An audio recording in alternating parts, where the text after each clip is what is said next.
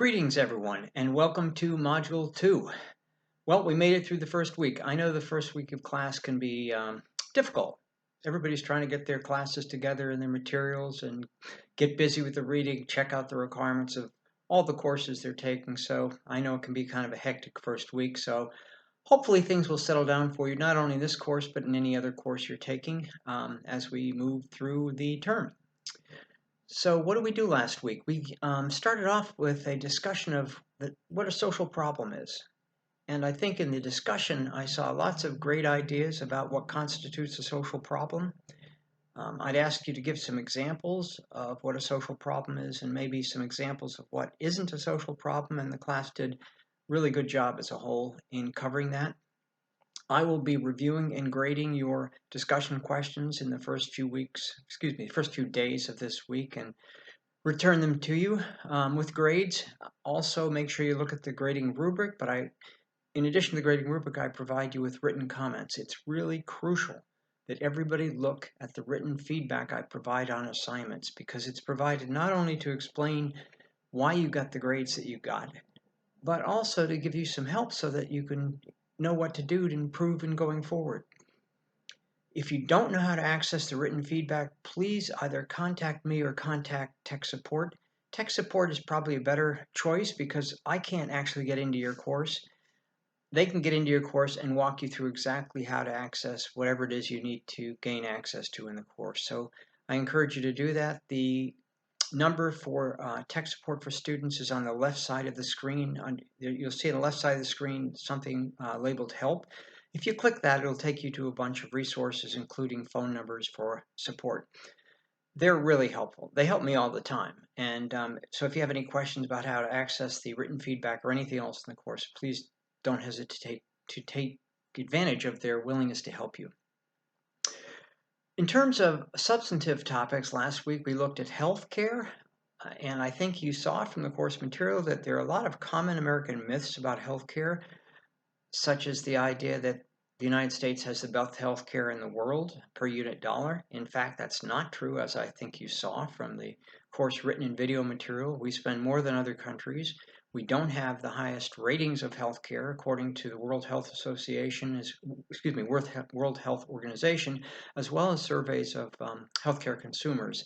We can do better. And as you know, there's been a lot of political talk about the healthcare system and how to provide people who are uninsured with healthcare in the last election, and you can bet your bottom dollar it'll be a topic discussed in the coming election next year. So it's already been an important topic, as you probably know from watching the news. So we looked at that. This week we're going to turn our attention to two other topics, the first of which is alcohol and drugs. Again, if you've been following the news, you know that we've had enormous problems with opiate addiction in this country. And we're not necessarily talking about drug addicts and criminals, abuses of prescription drugs by people who are not really criminals, but who get hooked because they abuse the drugs that may have been prescribed for legitimate reasons, such as after an operation. Anyway, it's a real problem, and millions and millions of dollars have already been devoted to trying to address it, and we're just getting started. We'll also look at crime, and that is always an important topic in the mind of voters. Not so much today as maybe 20 years ago. Believe it or not, and contrary to what you may think from watching the mass media, crime rates today are much lower, including violent crimes such as homicide, rape, robbery, much lower than they were in the early to mid 1990s. You might not know that if you got your ideas about crime from watching television. But yeah, we've done a better job with regard to that. Unfortunately, we still have higher crime rates than so many of the other comparable Western countries.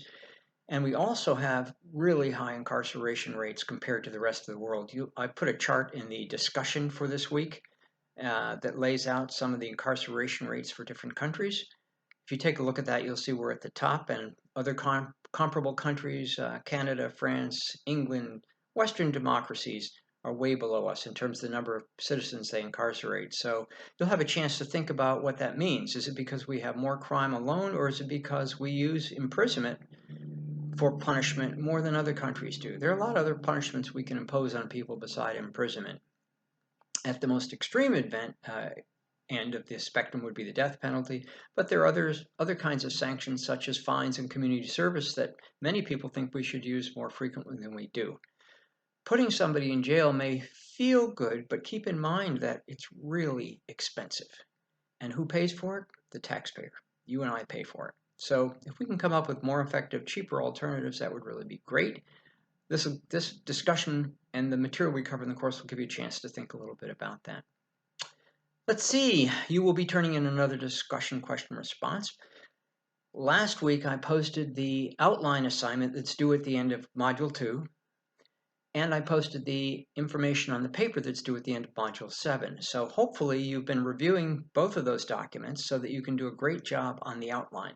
The outline assignment is worth 50 points, but its main objective is to get you thinking about your paper. I don't want people doing their papers in the last 5 days before the paper's due, because that invariably produces really lousy results. When I was a student, if I waited too long, I did lousy work.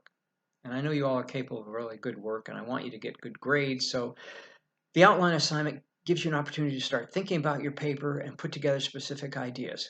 When you do that outline assignment, please look at the example of what a well-detailed outline should look like. There's a link in the assignment that you click on. It'll take you to an example. It should be detailed with lots of categories and subcategories. When I used to write academic papers for publication, I always did an outline before, and I got it more and more detailed as I went through the process of building it, so detailed that when I was ready to write the paper, all I had to do was basically convert the outline into prose. It was a really effective way for me to do my papers, and I think if you use the outline to your advantage, you'll see that it can really help, not just in this class, but in other classes where you have papers due as well. So you'll have 2 products due this week. That's the discussion, of course, for this week, as well as the outline assignment. As always in the discussion, make sure you cite and reference the information you include from the course material. You should be incorporating and citing plenty of information from the course material, because by doing this, you communicates to me that you've read and mastered the material that we're covering in the course. If you're still unsure about citing and referencing, as always, you can send me a message, give me a call. I'll be happy to help you the best I can, or to refer you to resources. As I'm sure you already know from the other material I've provided, there's a video in the Writing Resources folder in the Modules section of the course that walks you through exactly how to do citing and referencing. From what I've seen of the discussions I've already read in responding to some of them last week, many of you are on the right track with that already. So that's heartening. I'm glad to see that. But anyway, if you do have questions, please don't hesitate to send them my way. Okay, that's it for now, and have a great week, and I look forward to interacting with you in the discussion board for Module 2.